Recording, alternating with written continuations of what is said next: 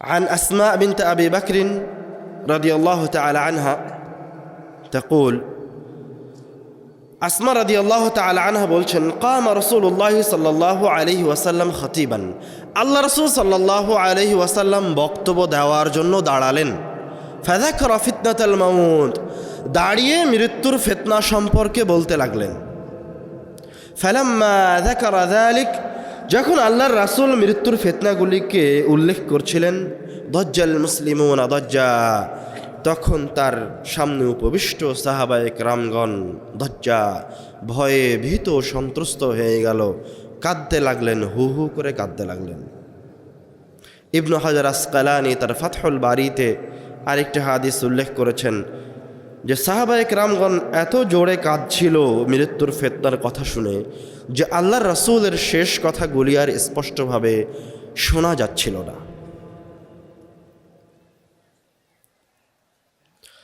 উসমান রাদিয়াল্লাহু তাআলা আনহু যখন কবর জিয়ারতে যেতেন বাকা হাত্তা তাবুল্লা লিহিয়াতাহ তিনি এত কান্না করতেন যে তার চোখের অশ্রুতে তার দাড়ি ভিজে যেত ফায়ুকালু লাহু তখন তাকে বলা হতো তুযকারুল জান্নাত ওয়ান নার ফালা তাবকি ওয়া তাবকি মিন হাদা আপনার সামনে জান্নাত এবং জাহান্নামের ভয়াবহ আযাবের কথা উল্লেখ করা হয় আপনি কান্নাকাটি করেন না ওয়া তাবকি মিন হাদা আর এই সামনের এই কবরটা দেখে এভাবে কাঁদছেন তখন উসমান রাদিয়াল্লাহু তাআলা আনহু উত্তরে বলছেন ক্বালা রাসূলুল্লাহ সাল্লাল্লাহু আলাইহি ওয়াসাল্লাম আল্লাহর রাসূল সাল্লাল্লাহু আলাইহি ওয়াসাল্লাম বলেছেন আল কবর আউয়ালু মানজিলিন মিন মানাজিলিল আখিরাহ কবর হচ্ছে পরকালের প্রথম স্টেপ প্রথম ধাপ ফামান নাজা মিনহু ফামা বা'দাহু আইসারা মিনহু যেই ব্যক্তি এই জায়গায় বেঁচে গেল তার জন্য পরের ধাপগুলি সহজ হয়ে গেল যাবতীয় প্রশংসা মহাপরাক্রমশালী রব্বুল আলামিনের দরবারে নিবেদিত যিনি আমার আপনার মতো পাপিষ্ঠ বান্দাকে তার এবং তার রাসূলের কথা শ্রবণের তৌফিক দান করেছেন আলহামদুলিল্লাহ দরুদ ও সালাম বর্ষিত হোক প্রিয় নবী আহমদ মুস্তাফা মুহাম্মদ মুস্তাফা সৈয়দুল আম্বিয়া ওয়াল মুরসালিন রাহমাতুল লিল আলামিনের প্রতি সকলেই বলি সাল্লাল্লাহু আলাইহি ওয়াসাল্লাম সবাই বলেন সাল্লাল্লাহু আলাইহি ওয়াসাল্লাম মাজলিস ততক্ষণ ইবাদতে রূপান্তরিত হবে না যতক্ষণ পর্যন্ত না আপনি আল্লাহ রাসূলের উপর দরুদ পাঠ করছেন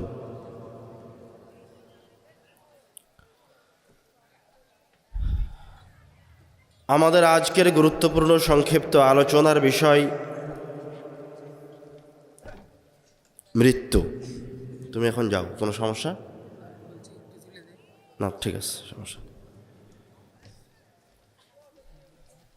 আমার সামনে এখন যারা উপস্থিত আছেন তাদের মাঝে এমন কেউ আছে যার বয়স 100 বছর হতে পারে নাই তার মানে আমার সামনে যে হাজার হাজার মানুষ উপস্থিত হয়েছে আজ থেকে নিয়ে 100 বছর পরে আমি আপনি আমার সামনে যারা আছে তারা কেউ এই জমিনের উপরে থাকবে না সবাই কোথায় থাকবো জমিনের নিচে তাদের মতো যারা আজ থেকে 100 বছর আগে ছিল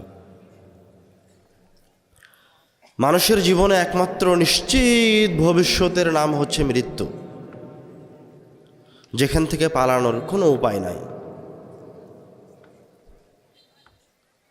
এবং নির্ধারিত রব্বুল আলামিনের কাছে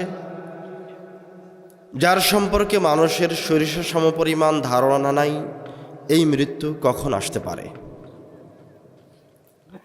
আল্লাহ রাব্বুল আলামিন এই মৃত্যুকে বিপদ হিসেবে উল্লেখ করেছেন ফাআসাবাতকুম মুসিবাতুল মাউত তোমাদেরকে মৃত্যুর বিপদ গ্রাস করবে মানে মৃত্যু আমার জন্য বিপদ মৃত্যু একজন মুমিনের জন্য বিপদ মৃত্যু একজন ইহুদি খ্রিস্টানের জন্য বিপদ সবার জন্য মৃত্যু বিপদ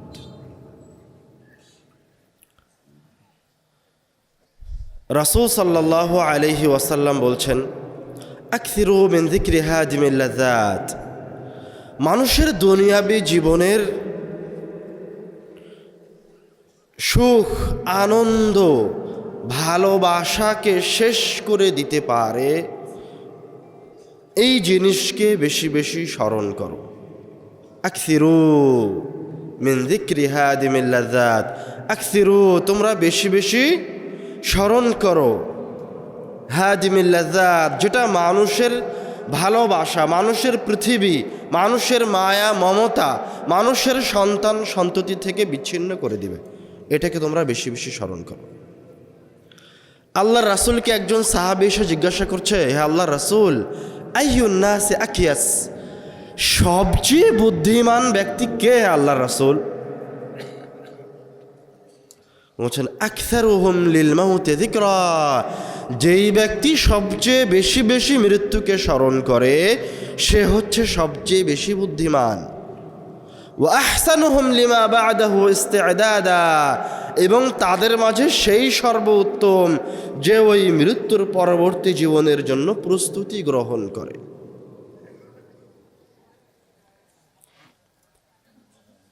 عن أسماء بنت أبي بكر رضي الله تعالى عنها تقول আসমা রাদিয়াল্লাহু তাআলা আনহা বলছেন, কামা রাসূলুল্লাহ সাল্লাল্লাহু আলাইহি ওয়াসাল্লাম খতিবান, আল্লাহ রাসূল সাল্লাল্লাহু আলাইহি ওয়াসাল্লাম বক্তব্য দেওয়ার জন্য দাঁড়ালেন। ফাযাকারা ফিতনাতাল মাউত, দাঁড়িয়ে মৃত্যুর ফিতনা সম্পর্কে বলতে লাগলেন। ফালাম্মা যাকারা যালিক, যখন আল্লাহর রাসূল মৃত্যুর ফিতনাগুলিকে উল্লেখ করছিলেন, দজ্জাল মুসলিমুনা দজ্জা, তখন তার সামনে উপবিষ্ট সাহাবায়ে কেরামগণ দজ্জা, ভয়ে ভীত সন্ত্রস্ত হয়ে গেল, কাঁদতে লাগলেন, হু হু করে কাঁদতে লাগলেন। ইবনু হাজার আসকালানি তার ফাতহুল বারীতে আরেকটি হাদিস উল্লেখ করেছেন যে সাহাবায়ে কেরামগণ এত জোরে কাঁদছিল মৃত্যুর ফিতনার কথা শুনে যে আল্লাহর রাসূলের শেষ কথাগুলি আর স্পষ্টভাবে শোনা যাচ্ছিল না।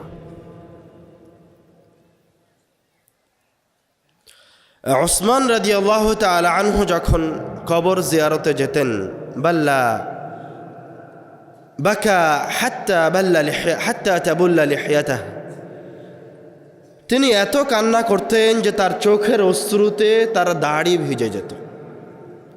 ফায়ুকালু লাহু, তখন তাকে বলা হতো, তুযকারুল জান্নাতু ওয়ান নার ফালা তাবকি ওয়া তাবকি মিন হাদা, আপনার সামনে জান্নাত এবং জাহান্নামের ভয়াবহ আযাবের কথা উল্লেখ করা হয়, আপনি কান্নাকাটি করেন না, ওয়া তাবকি মিন হাদা, আর এই সামনের এই কবরটা দেখে এভাবে কাঁদছেন।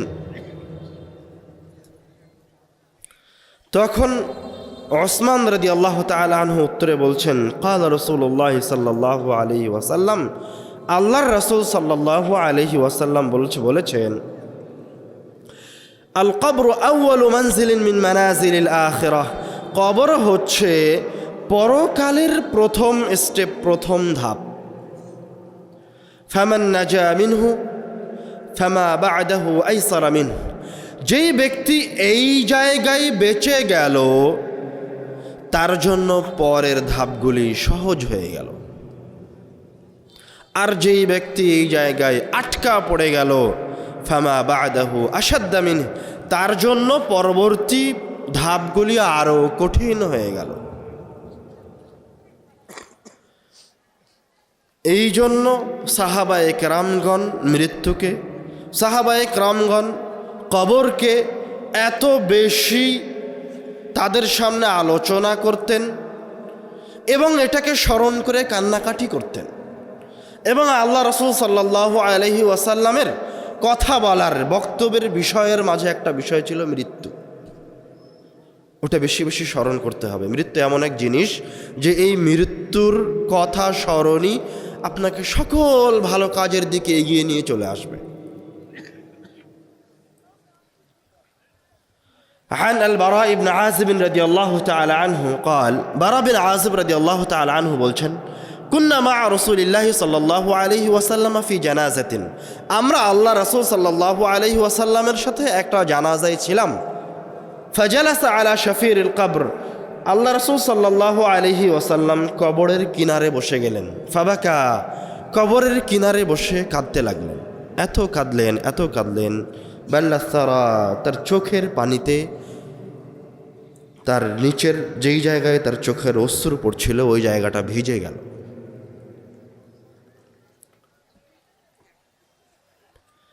মৃত্যুর করুণ দৃশ্যগুলির মাঝে কিছু নববী ঘটনা আমি আপনাদের সামনে তুলে ধরব। عن أسامة بن زيد رضي الله تعالى عنه قال كنا مع رسول الله صلى الله عليه وسلم। উসামা বিন যায়েদ রাদিয়াল্লাহু তাআলা আনহু বলছেন, আমরা আল্লাহর রাসূলের সাথেই আছি। فأرسلت إليه إحدى بناته أن صبيا لها في الموت। আল্লাহ রাসূল সাল্লাল্লাহু আলাইহি ওয়াসাল্লামের একজন মেয়ে খবর পাঠালেন তার সন্তান মৃত্যুশয্যায় শায়িত। ফকাল রসুল্লাহ সাল্লাহ আলহি ওয়াসাল্লাম, আল্লাহ রসুল সাল্লাহ আলহি ওয়াসাল্লাম বার্তাবাহককে বললেন, ইরজিআ ইলাইহা, তুমি আমার মেয়ের কাছে ফিরে যাও। ফাআখবিরহা, তাকে গিয়ে বলো, ইন্না লিল্লাহি মা আখাযা ওয়া লিল্লাহি মা আ'তা, তোমার কাছ থেকে যা নিয়েছেন, যা নিয়ে নেওয়া হয়েছে তা রব্বুল আলামিনের, এবং তোমার কাছে যা আছে তাও রব্বুল আলামিনের। মানে তোমার যা সম্পদ, তোমার নাফস, তোমার শরীর, তোমার সন্তান সন্ততি সব আল্লাহর জিনিস, আল্লাহ নিয়ে নিয়েছেন। অকুল্লু শাইইন ইনদাহু ইলা আজালিন মুসাম্মা, আর রব্বুল আলামিনের কাছে প্রত্যেকটা জিনিসের একটা নির্দিষ্ট সময় আছে। যখন ওই সময় শেষ হয়ে যায়, মেয়াদ শেষ হয়ে যায়, তখন ওই জিনিস নষ্ট হয়ে যায়। যখন মানুষের মেয়াদ শেষ হয়ে যায় তখন তার রূহ বের হয়ে যায়। যখন এই মাইক্রোফোনের মেয়াদ শেষ হয়ে যাবে তখন এটা নষ্ট হয়ে যাবে। যখন রব্বুল আলামিনের কাছে পৃথিবীর নির্দিষ্ট সময়সীমা শেষ হয়ে যাবে তখন এই পৃথিবীও ধ্বংস হয়ে যাবে। আমি, আপনি, এই পৃথিবী, এই মাইক, যত কিছু আছে সব রব্বুল আলামিনের পক্ষ থেকে দেয়া একটা সময়ের মাঝে বসবাস করছে। এটা হচ্ছে একটা পরীক্ষা।